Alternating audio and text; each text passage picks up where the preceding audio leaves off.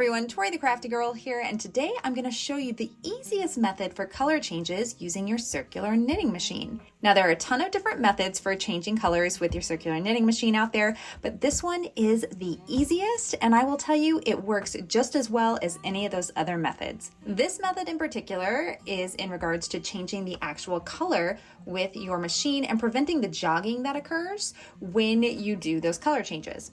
So all you need to do when you get down to that final pin where you want to change your yarn color, you're going to actually cut the yarn tail. We are going to leave a little bit of a tail. That way we can tie it together with the new yarn tail. And then you're going to pull that right into the center. Then you're going to take your new yarn color, pull, leave a tail, and you're going to put it back in your yarn feeder. A couple of things to note. The old yarn tail with your old color needs to be under this pin right here. It needs to get captured and pulled down, or else you're going to have some drop stitches here. The new yarn tail needs to go into your yarn guide and needs to be locked into place. Also, it's going to go under the pin right next to it. So you want to use your hands. Okay, so use one hand here and hold both of those yarn tails together. You're doing this to give tension, and that tension will ensure that these yarn tails don't slip out or cause any really big holes. So then as you're holding these two yarn tails together, you're going to crank your machine. Again, making sure that yarn tail goes under that pin there. Once it's captured, you can let go. Then you're going to knit around until you get back to the same point.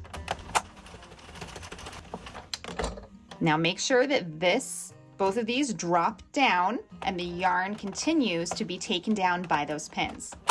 Now, one thing you may see is it looks like there's a hole forming here. There is not, unless you don't actually form a knot in this after you take this off of your machine. So I do recommend tying a loose overhand knot and then just dropping it back in the center. So now at this point, you're just going to continue to knit as you typically would, and then we'll come back and I'll show you how to finish this once it's off the machine. All right, and now we have our work off of the machine. Let's find where the color join is, and you can see it's right here. So this is where we changed colors. It does look like there's a little hole, and all we're going to do here is tighten this up from the inside.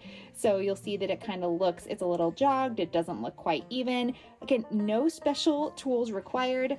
We're just going to turn it to the inside.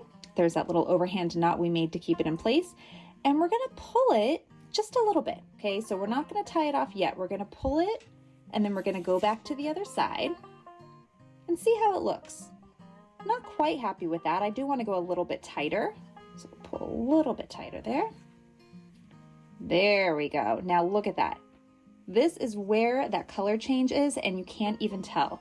So now that we are comfortable with where it's located, we're going to double knot. So we're going to add another knot to it, just like this, and that's going to lock it in place. Now, if you have a really slippery yarn, you might need to do 3 knots.